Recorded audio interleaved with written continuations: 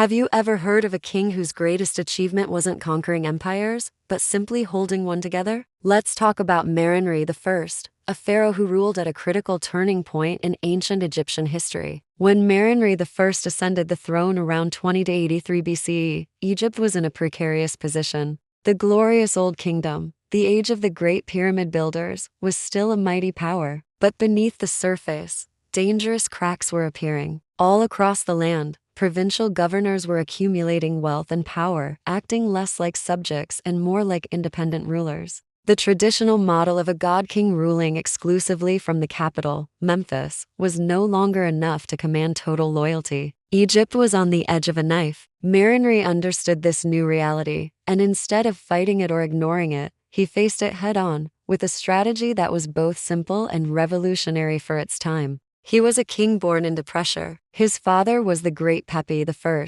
a pharaoh who had ruled for decades, expanding Egypt's bureaucracy and rewarding his officials with land and titles. This strategy had brought stability in the short term, but it also planted the seeds of future risk. By rewarding local leaders so generously, Pepi had unintentionally empowered them. So, by the time Merenre took the throne, Egypt needed a delicate balance. If he tried to assert too much central authority from Memphis, he risked open rebellion from the powerful nobles. But if he allowed them too much freedom, the entire country could splinter and collapse. Merenre's genius was in finding that perfect middle path. And how did he do it? He became the king who went to his people. Unlike many pharaohs before him, who remained distant, divine figures, Merenre traveled. He embarked on extensive tours throughout his kingdom, especially to the powerful provinces of Upper Egypt. He didn't send messengers. He went himself. He met the provincial governors face to face, looked them in the eye, and reinforced their loyalty personally.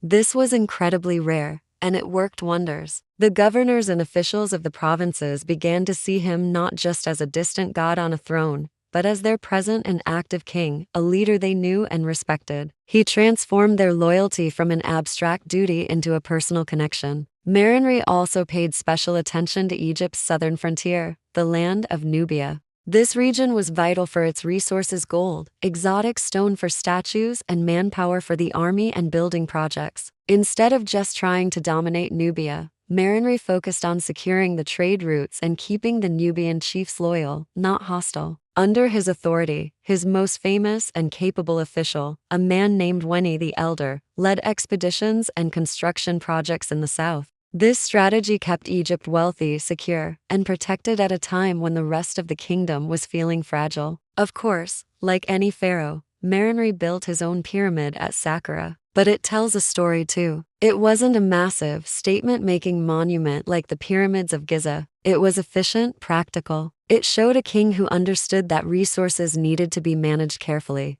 But inside, he continued the tradition of inscribing the pyramid texts on the walls, just as his predecessors had. This reveals something crucial. Even as the political landscape of Egypt was shifting, the king's divine and religious authority remained the bedrock of the state. He still had to prepare for his journey into eternity, but he was pioneering a new way to rule the living. Merenre I's reign was short, lasting only about 5 years, but its importance cannot be overstated. He wasn't a ruler of dramatic reforms or vast conquests. His role was far more subtle, and perhaps far more important. He acted as the steady hand on the tiller, the stabilizing force between two very long reigns, that of his father Pepi I and his younger brother, Pepi II, who would come to the throne as a child and rule for decades. Without Merenre's careful management and personal touch, that transition could easily have descended into civil war. The Old Kingdom could have fractured right then and there. So why does Merenre I matter today?